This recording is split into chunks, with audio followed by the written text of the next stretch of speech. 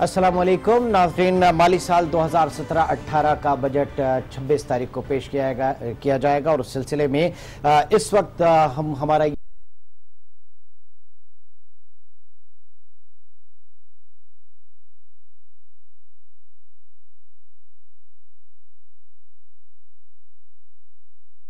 ये जो वाशिंगटन हुकूमत का बहुत ज्यादा इस वक्त सुनने को मिल रहा है वो ये है कि पाकिस्तान तरक्की की नई राहों पर गामज़न है और सी पैकेज उसके साथ जोड़ा जा रहा है, स्टॉक मार्केट की परफॉर्मेंस को उसके साथ जोड़ा जा रहा है। और दूसरी तरफ अगर हिज़्ब मुखालिफ की बात करें तो वो अपने जो आंकड़े लेकर आते हैं, जो फिगर्स लेकर आते हैं, उसके हिसाब से मुतबाई के दहाने पर हम हैं कहां पे, हमारी फुटिंग्स इस वक्त क्या है, आज के प्रोग्राम में इसके ऊपर हम बात करेंगे। अपने गेस्ट पैनल का आपसे तारुफ कराता चलूं।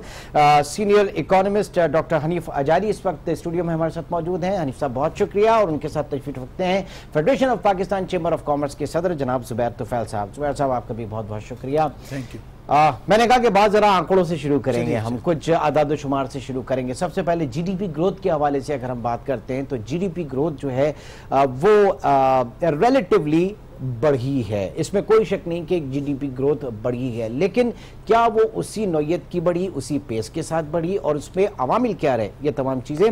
नाउ चूंकि ट्रेड के हवाले से मैं पहले हनीफ साहब आपसे शुरू करना चाहूँगा।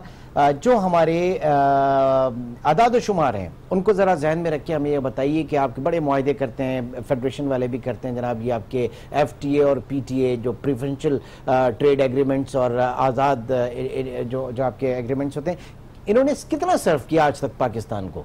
देखिए, 3 पर्पज़ होते हैं कोई भी FTA साइन करने के लिए। जो 2 कंट्रियां आपस में FTA साइन करती हैं उनका ऑब्जेक्टिव होता है कि एम्प्लॉयमेंट बढ़े, टेक्नोलॉजी आए और फेवरेबल तिजारत हो। पाकिस्तान ने जो सबसे बड़ा FTA साइन किया वो चाइना के साथ 2006 में साइन किया। उस वक्त हमारा उनकी तरफ बैलेंस फेवरेबल था 3.5।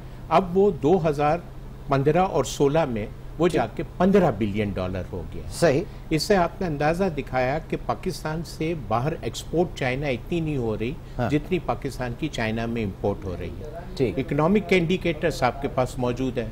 अगर ये FTA कामयाब हो गया होता तो आप नहीं समझते कि इकोनॉमिक इंडिकेटर जो GDP आपने बताया, गवर्नमेंट ने टारगेट 5.7 रखा जो कि हमने अचीव 5.3 किया, कदरे बेहतर है, लेकिन फिर भी उसके पॉजिटिव असरात नहीं है। ठीक है, जरा ये हम एक चार्ट भी देखना चाहेंगे FTA के हवाले से, इस वक्त जो सूरत हाल है FTA और PTA के हवाले से।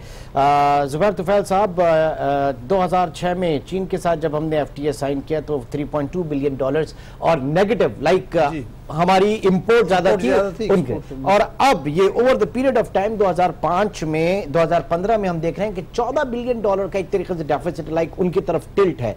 तो ये क्या सर्व किया इन एग्रीमेंट से? और न सिर्फ चीन बल्कि श्रीलंका देख लें, मलेशिया देख लें, इंडोनेशिया देख लें, मॉरिशस देख लें, ये तमाम कंट्रीज पॉजिटिव, हमारी तरफ तो कुछ भी नहीं है हमारे पल्ले। बिस्मिल्लाहिर्रहमानिर्रहीम। इस वक्त देखें हमारे जो FTAs हैं उसमें सबसे बड़ा FTA जो है चाइना के साथ है, लेकिन वो बहुत ज़्यादा चाइना के फेवर में है। अब जो लेटेस्ट नंबर्स हैं 15-16 के, चाइना की एक्सपोर्ट हमारे मुल्क में तकरीबन $15 बिलियन हो गई है और हमारी करीब $2.5 बिलियन के करीब है। तो ये जो चाइना का FTA वो इस वक्त चाइना को ज़्यादा सर्व कर रहा है। और इस सिलसिले में हमने काफ़ी चाइना से बातचीत की। वो ये कहते हैं कि आपके पास एक्सपोर्टेबल सरप्लस क्या है, आप बताएं, हम खरीदने को तैयार हैं। अच्छा, किसी हद तक ये बात भी सही है कि हमारे पास एक्सपोर्टेबल सरप्लस नहीं है। मैं अभी पिछले हफ्ते चाइना गया था तो उसमें मेरी एक मुलाकात मिनिस्ट्री में भी हुई थी। तो उनसे मैंने कहा कि देखिए, आप हमसे राइस जो ख़रीद रहे हैं तकरीबन 5 लाख टन ख़रीद रहे हैं और हमारे पास तो बहुत राइस सरप्लस पड़ा है, तो आप इसकी क्वांटिटी को बढ़ाएं। तो इसमें उन्होंने एग्री किया है कि हम ये जो 5 लाख टन चावल इंपोर्ट कर रहे हैं पाकिस्तान से, इसको हम अनकरीब 10 लाख टन कर देंगे और उससे तो करीब $400 मिलियन की आपके यहाँ से एक्सपोर्ट बढ़ सकती है। अब ये तो हकीकत है कि हमारे पास मैन्युफैक्चरिंग सेक्टर में कोई इतनी चीज़ें सरप्लस है नहीं कि हम उसको जो है उनके साथ मैच कर सकें। और चाइना का ये है कि चाइना की जो अगर FTA ना भी होता तो भी चाइना से हमारे मुल्क में इंपोर्ट ज़्यादा होनी थी।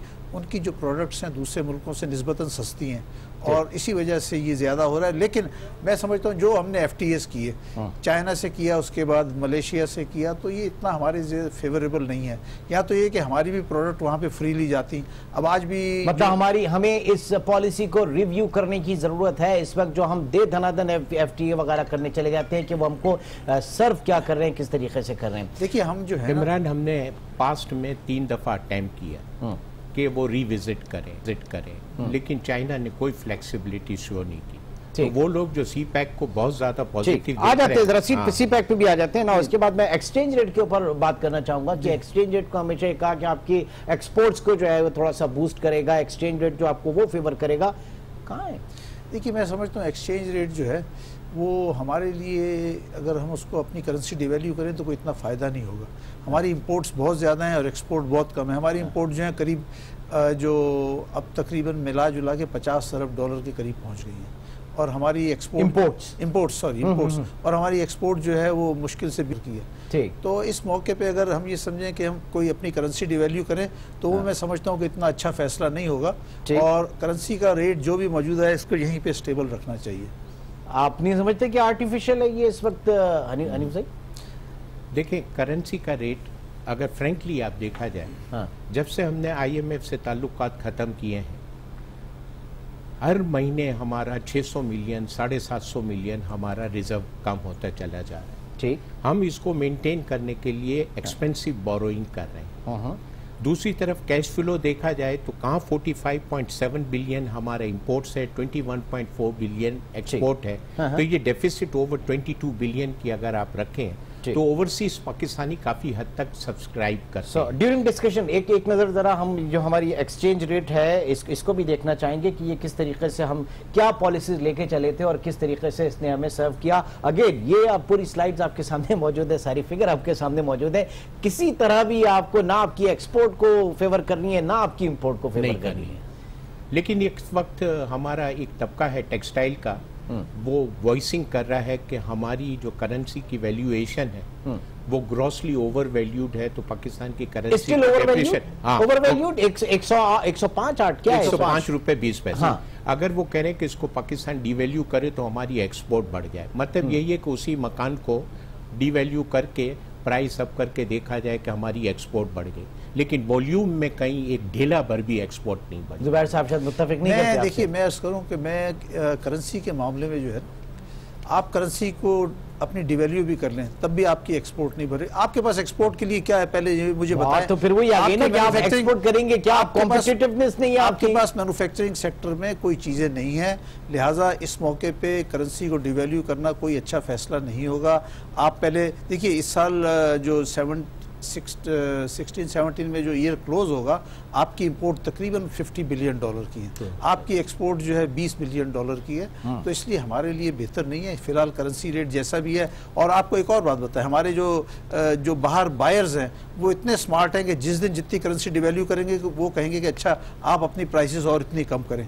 तो इसमें हमें पाकिस्तान का कोई फायदा नहीं होगा, हमें अपना फायदा देख के आगे चलना चाहिए, खास तौर से करेंसी के मामले में, जब तक कि आपके पास एक्सपोर्टेबल सरप्लस नहीं है। चलिए, मैं आपको कोई भी एक्सचेंज रेट कर देता हूं, आप मुझे बताएं कि आपके पास कौन सी चीज है जो आप 10 बिलियन डॉलर की अगले 1 साल या 2 साल में इंक्रीज कर सकते हैं। नहीं तो क्या हनीफ साहब, क्या पॉलिसीज इस वक्त अपनाई? आप देख रहे हैं कि अगर आप कंपेयर करें रीजन में बांग्लादेश के साथ, वियतनाम के साथ, बांग्लादेश की जो एक्सपोर्ट्स हैं वो तकरीबन 20 टाइम्स उन्होंने प्रोग्रेस किया। 20 टाइम्स। लास्ट ईयर 36 में मैं आपसे अर्ज करूं, मैं ये लंदन में जो है ना, बांग्लादेश के कॉमर्स मिनिस्टर्स मिले थे, एक कॉमनवेल्थ की कॉन्फ्रेंस थी, तो उन्होंने खुद बताया कि लास्ट ईयर में उन्होंने 36 बिलियन डॉलर की एक्सपोर्ट्स की, जिसमें 82% जो था वो गारमेंट था। 82% गारमेंट था और बाकी 18% दूसरी आइटमें थी।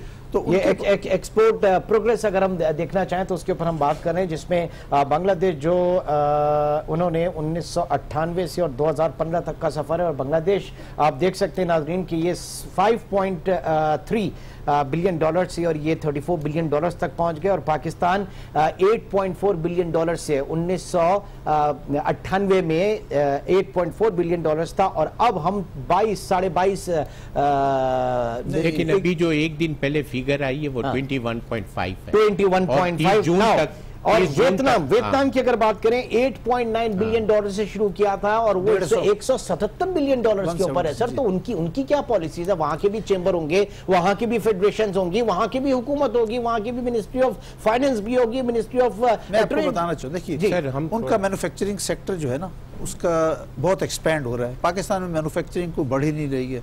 दूसरा ये कि आपके पास मैन्युफैक्चरिंग कॉस्ट में एनर्जी की कॉस्ट बहुत ज़्यादा है। हमारे जितने रीजन में है, बांग्लादेश की गैस की कीमत हमसे आधी है और इसी तरह से उनकी बिजली की कीमत भी आधी है तमाम, तो उनकी मैन्युफैक्चरिंग कॉस्ट हमसे कम है। जब तक हमारी मैन्युफैक्चरिंग कॉस्ट कम नहीं होगी, हमारा टेक्सटाइल सेक्टर यही कहता है कि जी कॉस्ट बहुत ज़्यादा है, जब तक के बिजली की कीमत कम से कम 3 रुपए यूनिट कम नहीं होती, उस वक्त तक वो मुकाबला नहीं कर सकते। तो हमें सोचना होगा। तो फिर अब ये धड़ाधड़ जो आपके पावर प्लांट्स लग रहे हैं, ये अब आ जाते हैं ना जरा, कभी इस पावर प्लांट का इफ्तिताह हो रहा है, कभी उस पावर प्लांट का इफ्तिताह हो रहा है, एट व्हाट कॉस्ट और किस प्राइस पे हमें बिजली मिलने जा रही है, कि तमाम एनर्जी समेत तमाम हमारी इनपुट कॉस्ट जो है वो इतनी बढ़ी हुई है, हम एक्सपोर्ट तो हमारी गई, फिर भूल जाए।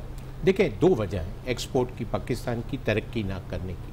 हमारा through out emphasis primary export पे रहा है।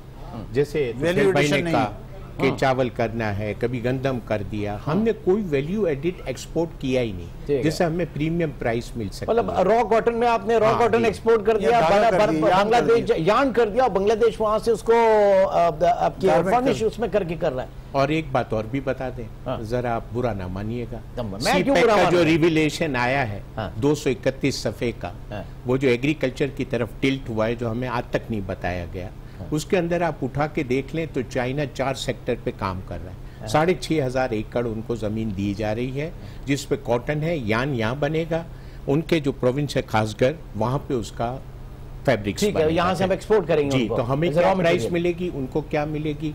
2 lakh ton meat, 2 lakh ton शक्कर, 2 लाख टन आपकी गंदम यहाँ से पैदा होगी, वहां जाएगी। ठीक है, इससे पाकिस्तान को क्या बेनिफिट मिलेगा और लेबर उनकी आएगी? ये बताएंगे जुबैर साहब, जवाब देंगे ना इसमें? देखें, लेबर उनकी नहीं आएगी। मेरी इस मामले में ना चाइनीज एम्बेसडर से भी बात हुई है। सर वो तो अपने प्रेसिडेंट तक को यहाँ पे लाके और करवा लेंगे। नहीं, देखिए, हकीकत पसंद होना चाहिए। चाइना से लेबर कोई नहीं आएगी। चाइना में लेबर की कॉस्ट है $500 मिनिमम। अच्छा, इस वक्त करंट लेबर कॉस्ट जो है $500 है। नहीं, तो आपके एनर्जी प्रोजेक्ट्स में इस वक्त चाइनीज लेबर मैं आपको बताता हूँ ना, मैं देखिए, मैं इन चीज़ों को क्लोजली वॉच कर रहा हूँ। सिर्फ एक प्लांट जो कराची में है, जो coal power plant port Qasim पे लग रहा है, इसमें लेबर आई है। आगे से लेबर मैं खुद देख के आया हूँ थर में, सिंध एग्रो, इनका जो है SECMC का, मैं खुद वहाँ पे चाइनीज को देखी लेबर देख के आया हूँ सर। थर में जो है ना, देखिए, थर में हमें ज़रूरत है। थर में हमारी अपनी लेबर भी जाके काम नहीं कर पा रही ना, वहाँ ज़रूरत है। थर के अंदर ज़रूरत है चीज़ों को ज़रा डेवलप करने के लिए। अभी तक वहाँ पे इतने बड़े, हम कहते हैं दुनिया का सबसे बड़ा कोल रिजर्व, तमाम बातें करते हैं, और वहाँ से जो है आप कोई कोयला निकाल ही नहीं पा रहे। अभी 5 साल से आपकी हुकूमत लगी हुई है, उसने क्या किया? कुछ भी नहीं किया। तो हकीकत ये है कि जहाँ ज़रूरत हो वहाँ बुलाएं, जहाँ ज़रूरत। लेकिन एक छोटे से ब्रेक की तरफ चलेंगे। ब्रेक के बाद मैं कंटिन्यू करना चाहूँगा। हनीफ हजारी साहब और जुबैर तुफैल साहब प्रोग्राम में मौजूद हैं। एक छोटे से ब्रेक के बाद दोबारा।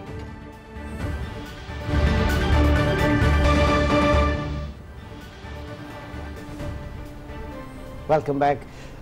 जुबैर तुफैल साहब, इसमें कोई शक नहीं कि सीपैक जो है वो एक गेम चेंजर होगा, पाकिस्तान के लिए एक फेट चेंजर होगा, लेकिन बहुत सीरियस किस्म के तहफ़्फ़ुज़ात भी इस वक्त आ रहे हैं और बहुत ही संजीदा तबके से आ रहे हैं, जो माहिरीन हैं उनकी तरफ से आ रहे हैं, कॉर्पोरेट सेक्टर की तरफ से आ रहे हैं। एक तो हम बात कर रहे हैं सबसे पहले इस वक्त जो हमारी बात हो रही थी लेबर के हवाले से। जी, देखिए, मैं आपसे अर्ज़ करूँ, मैं मुख्तलिफ़ फोरम्स पे इस चीज़ को देख रहा हूँ। लेबर्स जो हैं अभी जिस प्रोजेक्ट में, कहाँ जैसे मिसाल के तौर पे कराची में कोल पावर प्लांट था, तो वहाँ ज़रूरत थी, क्योंकि हमने उनसे कहा था कि हमें ये पावर प्लांट जो है 4th क्वार्टर 2017 में तैयार चाहिए। ये 1320 मेगावाट का है, और इसके अंदर उन्होंने कहा कि देखिए, अगर हमने यहाँ से लोकल लेबर ली तो हम नहीं कर पाएंगे, इसलिए इसकी हमें लेबर आप चाइना से लाने दें। तो हुकूमत ने एग्री किया और वो तमाम वर्कर वगैरह, इंजीनियर वर्कर सब वहाँ से लेके आए, और वो पावर प्लांट जो है बहुत तेज़ी से तकमील की तरफ जा रहा है। तो मैं समझता हूँ कि ज़ाहिर है कि स्किल लेबर का तो हमारे यहाँ भी प्रॉब्लम है ना, अगर वहाँ से लेकर आ रहे हैं तो क्या मसला है इसमें? नहीं, देखें, अल्टीमेटली जो है ना, सिंपल लेबर हमें यहाँ से देनी होगी। ये हमारी फिर उस तरक्की का क्या फ़ायदा कि जब आपके आदमी को कोई एक वर्कर को एक सिंपल जॉब भी ना मिले, तो उस तरक्की का हमें क्या फ़ायदा? तरक्की ये है कि ठीक है, उनके जो प्रोजेक्ट हैं, जहाँ उनके टेक्नीशियंस हैं, कोई मैनेजर्स हैं, वो चाइना से लेके आए, कोई बात नहीं, लेकिन जहाँ तक वर्कर की ताल्लुक है, वर्कर 100% पाकिस्तान से लेना चाहिए। और जो कोल पावर प्रोजेक्ट्स इतने सारे बन रहे हैं, कुछ उसके हवाले से भी बड़े तहफ़्फ़ुज़ात हैं, किन चीज़ों पे एग्जैक्टली? देखें, जो अभी तक हमें बताया गया सी पैक का प्रोजेक्ट का रिव्यू दिया गया, इसमें एक तो था कि रोड थी खासगर से लेकर ग्वादर तक, देन पैराफ्रीज रोड बननी थी, ग्वादर का पोर्ट बनना था और 3 पावर प्रोजेक्ट्स थे, इनका बनना था।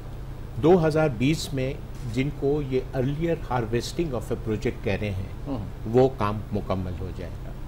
पाकिस्तान को वहाँ से लोन और डिविडेंड देना शुरू करना पड़ेगा, ठीक है, जो कि पहली कैलकुलेटेड IMF ने भी की और 2 पाकिस्तान के रिसर्च इंस्टीट्यूट ने भी और पब्लिक इकोनॉमिक डिवीजन ने भी कहा कि ये 5.3 बिलियन होगा। 5.3 बिलियन इन टर्म ऑफ जो आपकी रिपैट्रिएशन जो है $5.3 बिलियन, ये बैलेंस ऑफ पेमेंट के ऊपर एक बहुत बड़ा प्रेशर आएगा, आपके रिजर्व्स के ऊपर बड़ा प्रेशर आएगा। इस वक्त आप 10 बिलियन के डेफिसिट पे चल रहे हैं जो जून के अंदर, ठीक है। अगर इसको प्लग इन नहीं किया गया नेक्स्ट 2 इयर्स में तो बहुत बड़े डाउट क्रिएट हो जाते हैं कि ये 5.3 कैसे आएगा। अब इस पे जो सवालात का जवाब देते हैं लोग, वो कहते हैं कि इससे रॉयल्टी 5 बिलियन की आएगी। अगर 5 बिलियन की आती तो पाकिस्तान की पूरी कौम इन्वेस्टमेंट कर देती। 10 साल में डॉलर में आपका पैसा डबल हो जाए, बहुत बड़ी बात है। जबकि रियल जिन्होंने इस पे रिव्यू किया है वो कह रहे हैं कि $700 मिलियन साल के आया करेंगे।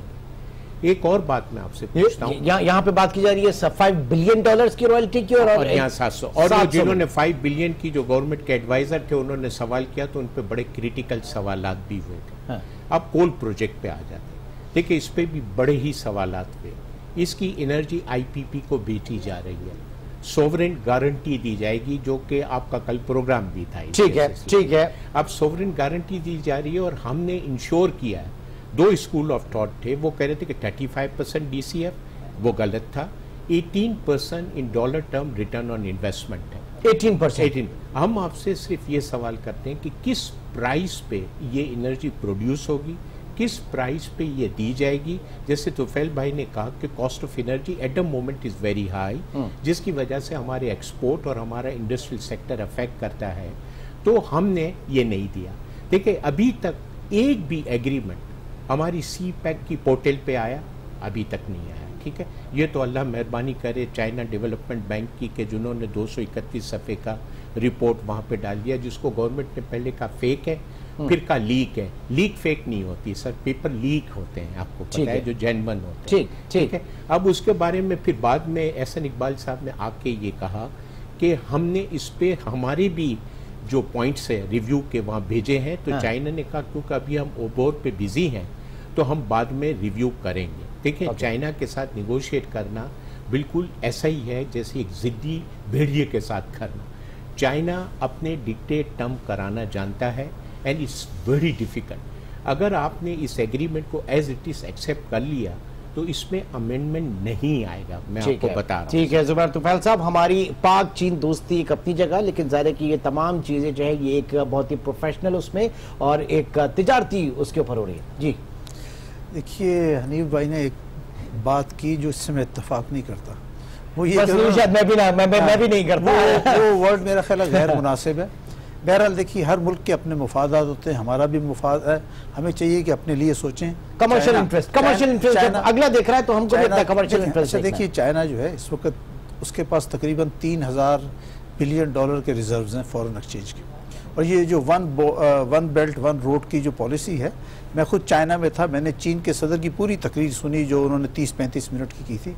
उन्होंने कहा कि दुनिया में जो इनइक्वालिटीज़ हैं उस इनइक्वालिटीज़ की वजह से भी दहशतगर्दी हो रही है, जो दुनिया का अमन ख़राब हो रहा है इनइक्वालिटीज़ की वजह से हो रहा है। और चाइना ये चाहता है कि ये जो मुल्क हैं इनको एक तरह के आपस में कनेक्ट किया जाए, जहाँ पे कि ख़ास तौर पर उन्होंने कहा कि हम चाहते हैं कि दुनिया के जो भी ट्रेड के रास्ते हैं इसको छोटे से छोटा बनाया जाए।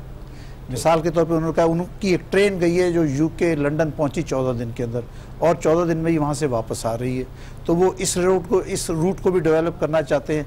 और अगर वो ग्वादर में जो इन्वेस्टमेंट या पाकिस्तान में सीपैक की इन्वेस्टमेंट कर रहे हैं उसमें चाइना का भी बहुत फायदा है। नहीं, लेकिन जो अभी इश्यूज यहाँ पे उठाए हैं, रेस किए हैं हनीफ जारी साहब ने, मैं चाहूंगा कि जरा उनके ऊपर आप थोड़ा सा रोशनी डालें, लेकिन विद योर परमिशन एक छोटे से ब्रेक की तरफ पहले चलते हैं ना, छोटे से ब्रेक के बाद प्रोग्राम को आगे बढ़ाएंगे।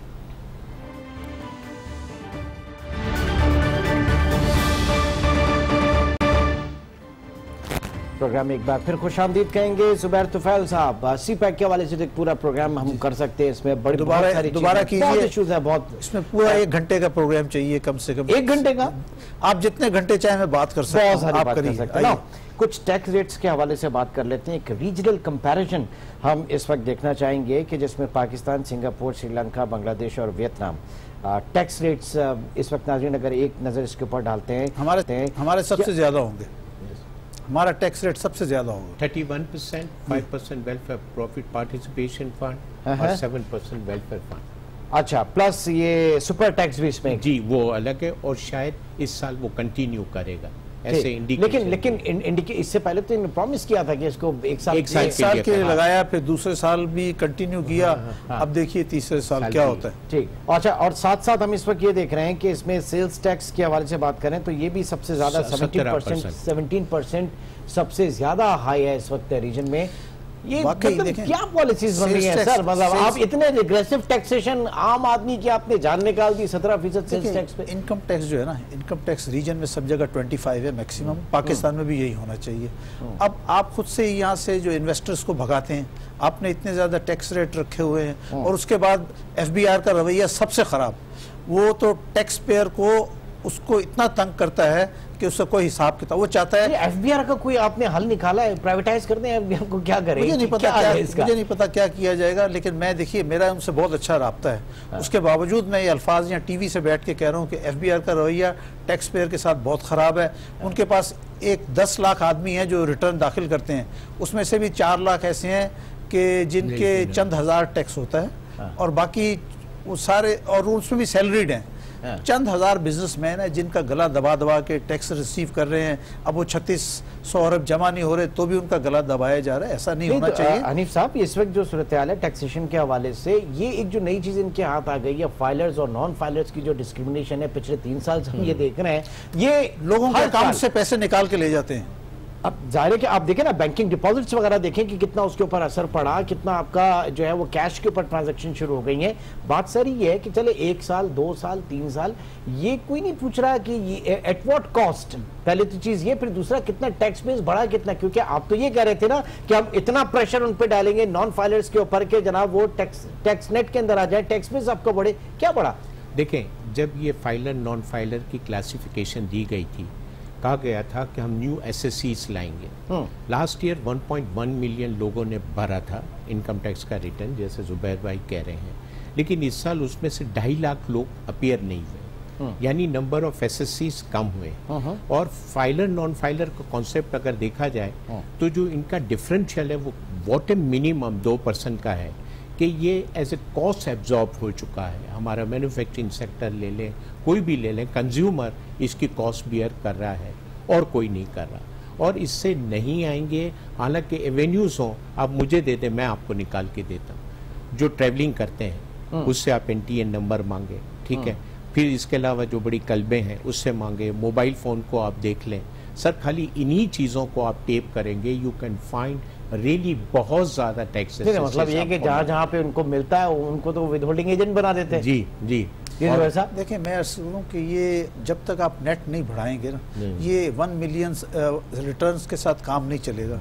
ये आपको मैं एक और बात बताऊँ, इंडिया के अंदर 37 मिलियन रिटर्न्स आती हैं। 37 मिलियन, चलिए उनकी आबादी 6 गुना ज़्यादा है, आप इसको 6 से डिवाइड कर दें तो आपके पास फिर भी 6 मिलियन रिटर्न्स आनी चाहिए। तो आपके पास तो 6 मिलियन की जगह 1 मिलियन रिटर्न आ रही है।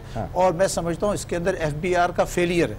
ये FBR की जिम्मेदारी है कि नेट बढ़ाए, उनका काम है, उनको पकड़े। वो हमारी सारी पॉलिसीज जो हैं वो बजाय इसके कि हम टैक्स इस्लाहात की तरफ जाए, रिफॉर्म्स की तरफ जाए, हम तो बड़ी टारगेटेड, हमारी जो बजटरी टारगेट्स हैं उनको देख के तो हम पॉलिसीज बनाते हैं। हमने विदहोल्डिंग टैक्स को एक बहुत बड़ा एवेन्यू बना लिया है। उससे हेफ्टी मनी आ जाती है तो हम समझते हैं हमारे टारगेट पूरे होते हैं। 68% जी, 68%। और आप एक चीज देखें सर, जब आपकी इकोनॉमिक सेक्टर का इस दफा एक्सपेंशन नहीं हुआ, सर्विसेज सेक्टर के अंदर भी आप देखा जाए तो बैंकिंग और इंश्योरेंस कंपनी को हटा दें तो फिर नॉन ऑर्गेनाइज सेक्टर आ जाता है जो कि पे नहीं करता।